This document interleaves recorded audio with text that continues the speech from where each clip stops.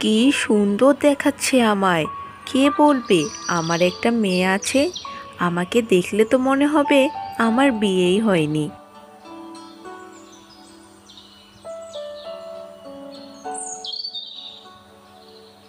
তুমি চলে এসেছো, ভালোই হয়েছে। আমার জন্য চুলায় একটু গরম পানি বসিয়ে দাও। আজ সকালে কাপড় তুলতে গিয়ে রোদে মুখটা কেমন পুড়ে গেছে। এ কেমন কথা?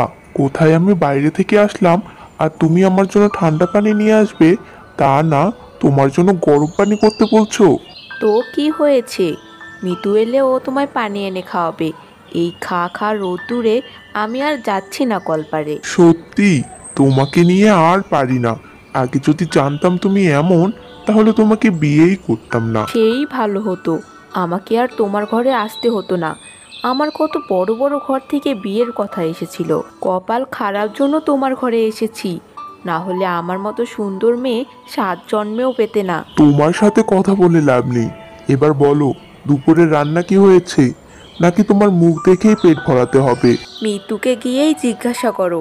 এই গরমে আর আমি রান্না করতে যাইনি, ওকেই বলেছি রান্নাটা সেরে নিতে। ছি ছি, শেষে কিনা অতটুকু মেখে দিয়ে তুমি রান্না করাচ্ছ?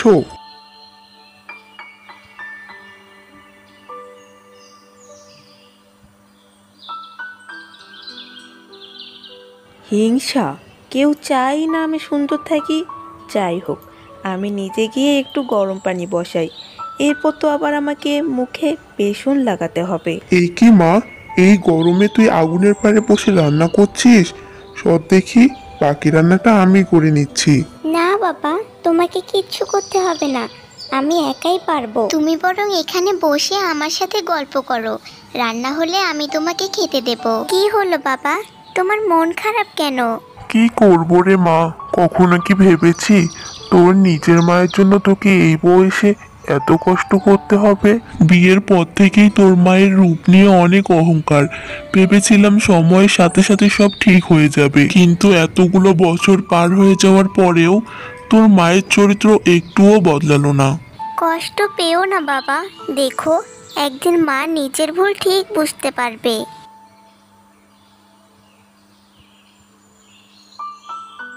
মা নিজের কোন ভুলটা বুঝতে পারবে? ছি, শেষে কিনা নিজের মায়ের নামে বদনাম করছিস তোর বাবার কাছে। নিজের গায়ের রং তোর মায়ের মতো হয়নি বলে তোর খুব হিংসা, তাই না? হিনা, একদম চুপ। কেন, তোমাদের বাপ মেয়ের কথা শুনে ফেলেছি জন্য আফসোস হচ্ছে? শোনো, আমি অন্য বউদের মতো তোমার হাজারটা পারফরম্যান্স খাটতে পারবো না। এভাবে কেন বলছো মা? তাছাড়া আমি তো করছি সব কাজ, এ নিয়ে তোমাকে চিন্তা করতে হবে না। তুই তো করবি। আজ তোর চেহারা আমার মতো হলে আমি তোকে দিয়ে এত কাজ করাতাম না। তোর গায়ের রং তো এমনিই পোড়া, ও আর কি পুড়বে? তাই তো তোকে দিয়ে রান্না করাচ্ছি। দেখো রিনা, তুমি কিন্তু একটু বেশি কথা বলছো। বলছি তো কি হয়েছে? শোনো, মেয়েটাকে একটু কাজকর্ম শিখতে দাও। কাজ না জানলে কালো মেয়েকে বিয়ে দিতে একটু কষ্ট হয়, তাই ও যা করছে ওকে করতে দাও। আর এই যে মিতু, তাড়াতাড়ি রান্নাটা নামিয়ে আমার জন্য গরম পানি করে ঘরে দিয়ে যা।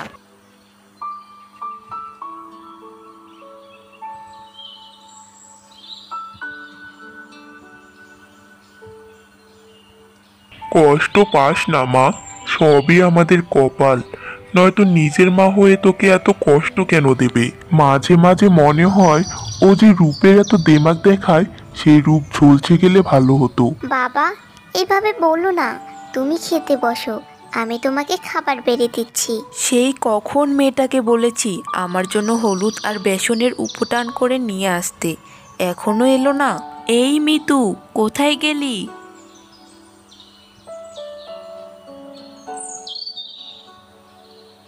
এই তো মা, আমি তো বাসন মাজছিলাম। আর আমি যে তোকে সেই দুপুরবেলা হলুদ আর বেসন গুলিয়ে আনতে বললাম, সেটা গেল কোথায়? একদম ভুলে গিয়েছিলাম মা। ভুলে গেছিস না ছাই? নিজের মাকে হিংসা করিস, লজ্জা করে না? দাঁড়া, তোকে দেখাচ্ছি মজা।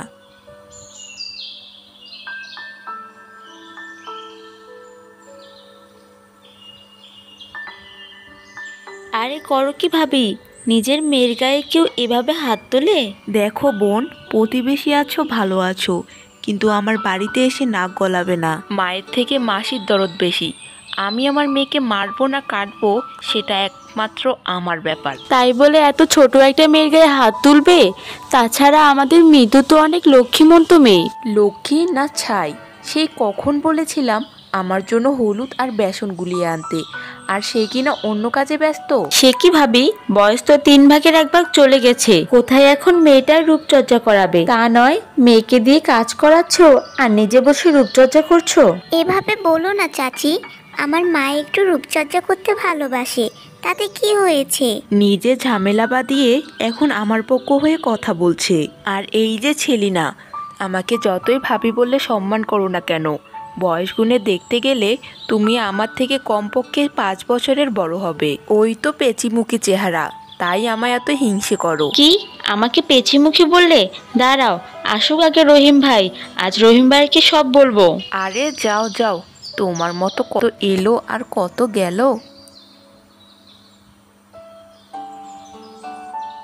কি রে, তুই এখনো দাঁড়িয়ে আছিস? যা এক্ষুনি আমার বেসন আর হলুদটা নিয়ে আয়, এরপর আবার আমাকে দামি ক্রিমটা মাখতে হবে। দেরি হলে আবার কাজ করবে না, যা বলছি।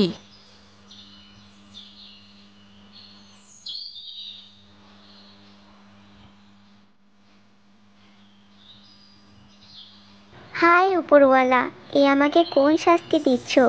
আজ চেহারার কারণে আমার নিজের মাই আমার উপর অত্যাচার করে। কেন তুমি আমাকে এরকম বানালে? আর আমার মা কেনই বা নিজের চেহারার জন্য এত অহংকার করে? এত কষ্ট যে আমি সইতে পারছি না। আহারে, এতটুকু মেয়ে অথচ তার মনে এত কষ্ট। আমিও তো কত সুন্দর, কিন্তু আমি তো কখনো নিজের রূপ নিয়ে অহংকার করি না। অহংকার পতনের মূল, আর এটা এবার রিনাকে বোঝাতেই হবে। এবার রিনা বুঝবে রূপ নিয়ে অহংকার দেখানোর শাস্তি কতটা ভয়ঙ্কর হতে পারে। মিতু জীবনে অনেক কষ্ট করেছে, নিজের রূপের জন্য নিজের মায়ের কাছেই অত্যাচারিত হয়েছে, কিন্তু আর না।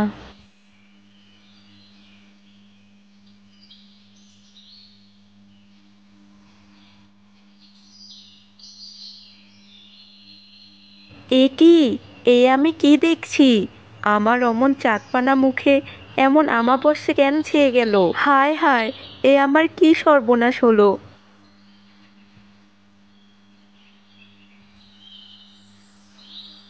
কি হয়েছে? সকাল সকাল এমন চিৎকার করছো কেন? এ কি, তোমার চেহারার এই হাল হলো কি করে? আমি কি করে বলবো? কাল রাতেও তো আমার চেহারা সুন্দর ছিল, এক রাতের মধ্যেই আমার কি সর্বনাশ হয়ে গেল?